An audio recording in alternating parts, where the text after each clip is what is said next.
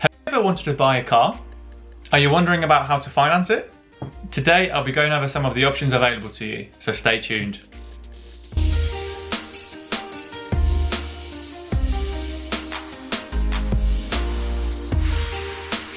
Hello everyone and welcome back to my channel. I'm Stan and today we'll be talking about how to finance a car, how you can go about it, should you use your own money, should you finance it, and basically the advantages and disadvantages of the different options.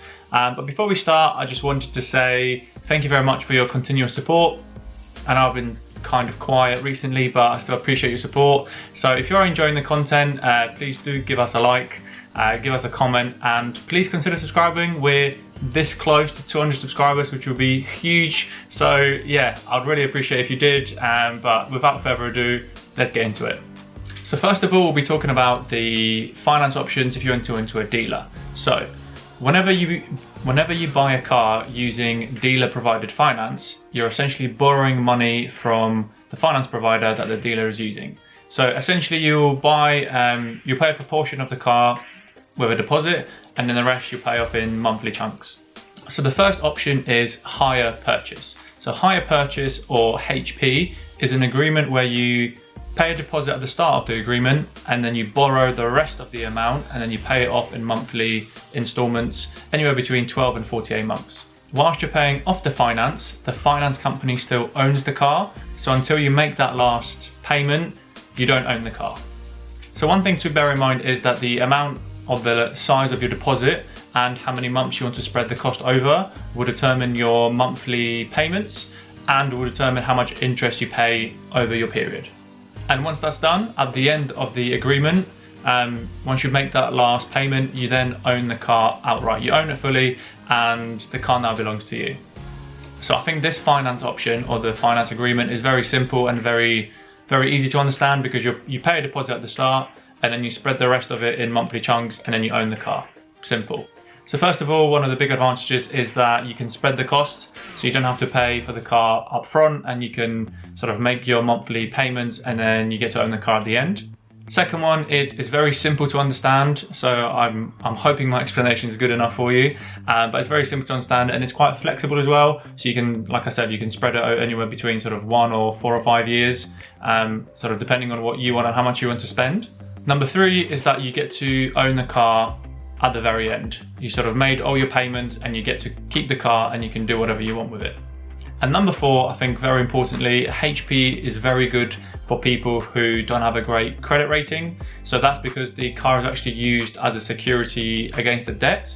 So what that means is, if you don't keep up repayments, the finance company, because they still own the car, they can take the car away from you. So it's their way of making sure you do pay for it, and that means you can get a better rate and it makes it that bit cheaper for you and more flexible, and it means you actually do get accepted. Some disadvantages, however, compared to the next finance option, it is a bit more expensive monthly. That's because you are paying for the whole car throughout the agreed period. Second one is you don't actually own the car as you're paying for it. So as the name suggests, hire purchase, you're essentially hiring the car from the finance company, you pay it off and then you get to keep it. So that means you can't really make any modifications to it or anything like that. So just be careful, and if you do want to make any adjustments or if you do want to do anything to your car, just double check what you are allowed to do and what you're not allowed to do. And the last one is, as I've already explained, if you don't pay for it, they'll take it away from you. So it's just one thing to consider is, can you afford the car? Because if not, they'll take it away from you. The next option is a personal contract purchase, also known as PCP, and that's what I'll be referring to throughout the next bit. With a HP scheme, so what we spoke about previously, pretty much the deposit and the duration of your agreement will determine how much you pay back monthly. However, the PCP is a bit different. So the main difference is that with PCP, the amount that you pay monthly will be offset or will be based on how much the car is worth at the end of the agreement. Crucially, it basically means that the PCP monthly payment will be a lot less for a brand new car compared to a HP deal for the same car. So every PCP is built around a figure that is called the guaranteed minimum future value. So just bear with me for a second and I'll explain what that means. So once you've paid the deposit, you then look at how much the car is worth now and how much the car would be worth in, say, 4 years time or at the end of the agreement. So on a PCP, you're effectively borrowing the difference between that amount, the GMFV, I think, and the actual price of the car. So whatever that is, that will be then split over your, say, 4-month period, so 48 months. Is that right? Yeah, 48 months, and then that will be spread over, and then you make your monthly payments. So the one thing with PCP is, like, unlike HP, you won't own the car at the very end. So what has happened is you have a car that was worth, say, £8,000 and a future value that was, say, £4,000. So minus the deposit, you've paid that difference. And then what happens is once you've reached the end of the once you've reached the end of the agreement, you still have that guaranteed minimum future value left of the car. So this is where you have to decide whether you want to pay that chunk. So it might be, like we said, £4,000, or it might be £2,000, whatever the car is, depending on your agreement. But then, do you want to keep the car? If so, you have to pay that as a lump sum at the very end. Alternatively, you could just say, no, I don't want it, and just walk away, that's fine. Or alternatively, depending how much the car is worth, whether it's gone up or down, you could then essentially trade it in and then start a new PCP deal with the dealer or with a different dealer. So again, some pros and cons. So the advantages is that, first one, you'll pay monthly, you'll pay a lot less. So because there's that difference between the future value and the current price, your monthly installments will be a lot less. So that's a big plus. Second one is it's quite flexible. So as I explained, you've got different options what you want to do at the end. Do you want to keep the car? Do you want to start a new PCP on a different car? Or do you just want to walk away and not have a car at all? That's all entirely up to you. The third one is that the dealer will guarantee a value of how much the car will be worth at the very end, so you don't have to worry about depreciation or anything like that, because that will be set at the very start of the agreement. So just double check if you are going to a dealer, just make sure you understand how the process works and how much the car will be worth sort of at the end of your agreement. And the fourth one is that a lot of dealers will throw in sort of service and maintenance packages so that you can pay all in one sum every month. But just double check whether they are free or whether sort of how much extra that would be, because sometimes you might be better off going somewhere else for that, have a separate payment plan for a service or whatnot. So it might be good that's all in one, however you might get charged essentially for that convenience of having it all in one. However, some disadvantages, just like with anything. First one is you don't actually own the car throughout the agreement, and you won't until you pay, if you decide to pay the balloon payment at the very end of the agreement. Second one is that because of the interest rates, they are usually a bit higher on a PCP. So if you do choose to buy the car, so deposit, pay it monthly, pay the balloon payment at the end, you usually end up paying quite a bit more compared to a HP. So you pay less monthly, but you might end up paying more because of the interest. The third one is actually the future value of the car is based on you keeping the car in a good condition and a resellable condition. So you will be charged extra to put anything right. So any scratches, any dents, anything that they have to fix, you'll be charged for that.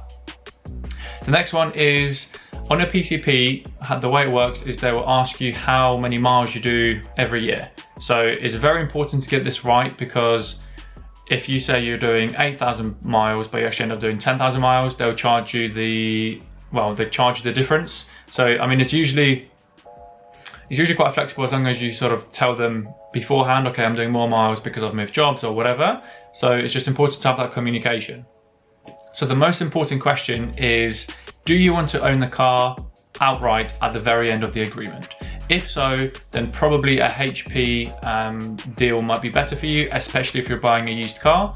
That's because the used car would have lost a lot of its original value already, so you're not really paying it anymore for the depreciation, you're just paying for the car, so that might be a bit easier for you.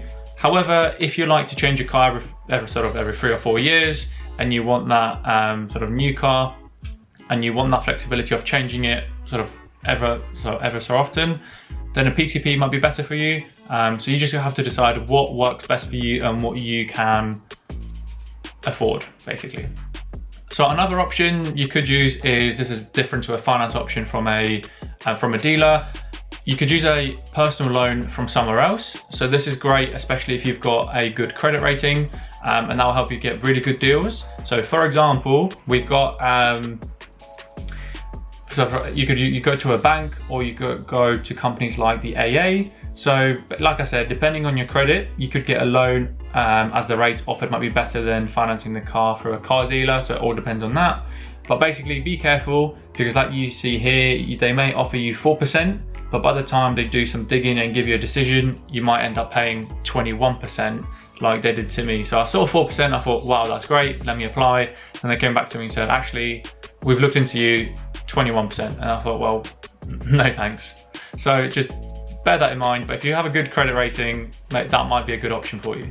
And the last option, again, quite popular, is buying the car outright. So you go into a dealer, you see a car that you like, and then you pay for it in cash. However, you don't pay for it in cash because of Corona, so just be careful you pay with your card. But basically, it gives you the most flexibility of negotiation. So go into a dealer and saying, right, I like this car, say it's £3,000, I want to buy it. So because you've got cash there and then, or your car, you've got your money there and then, you have that sort of bargaining chip where you say, oh, okay, well, it's got a little scratch there. Actually, I wasn't really looking to pay more than, say, 2,700, but if you give it to me, say, for 2,700, I'll take it away right now. And then they might think, oh, that might be a good deal for them. They might sort of want to get rid of it ASAP. So it's just, it might be a good option. If you have the money, it might be a good option for you to consider. So the car is then yours. You can do whatever you want with it. It's almost like a short-term loss because you've paid all that money. However, a long-term gain because you don't pay any interest. The car is yours, you can do what you want. However, one thing to bear in mind is if you're buying from a private seller, is sort of make sure what warranty or what guarantee you have from them, because a lot of dealers or dealerships, so say if you go to Toyota, say, or whatever, they might say to you, okay, you've got, say, 2 months if you change your mind, you've got this warranty, say, for another 3 years, and you're a bit more protected. So just another thing to bear in mind.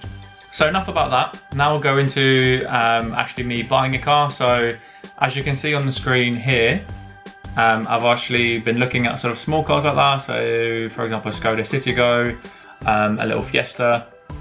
So sort of cars around that sort of size, that sort of price, sort of £7,000, £8,000 used.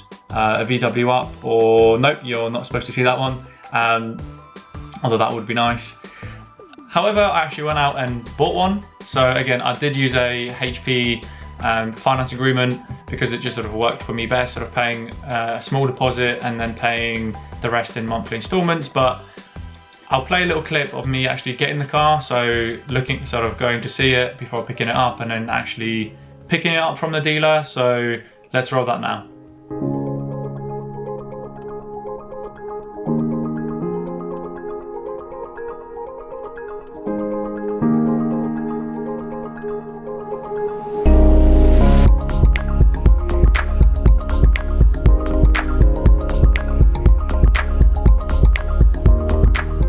So welcome back everyone. So the car is all done, all taxed, all insured, and it's good to go. So we're just picking up the keys now. So if we go, so that's the car. And then if we enjoy the new car. Thank you very much. Cheers. Thank you. So there you are. That was me picking up my new car. I'm very satisfied with it so far. I love it. I've only had it sort of for about 6 weeks, but I can't really complain. It gets me from A to B, plays my music, and it's a nice little run around. So I just want to say a big thank you to Sayat in Bury St Edmunds. Big shout out to them and Damon for making the process very sort of smooth and easy.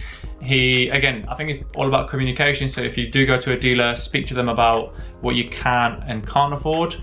Damon was very helpful in sort of explaining sort of what are my options, how can we make it better, what can I afford, and just really making the process really simple, especially because it was my first car and I didn't really know what I was doing. So yeah, I hope you've enjoyed that little segment and the video today.